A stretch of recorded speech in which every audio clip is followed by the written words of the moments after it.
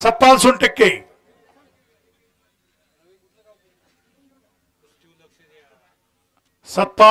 हात वरती करायचा आहे. करमाळ्याजवळ कंदर नावाचं गाव आहे. अकलूज शिवनेरी तालीम अकलूजला सराव करतो दत्तापा नामदेव भडरे यांचा पट्टा, दत्तापा वाघमन यांचा पट्टा. कुस्ती कितीची आहे सर सांगा. 3,50,000 रुपये इनामाची कुस्ती. या कुस्तीला 5,000 रुपयाचे इनाम ठेवलेलं आहे.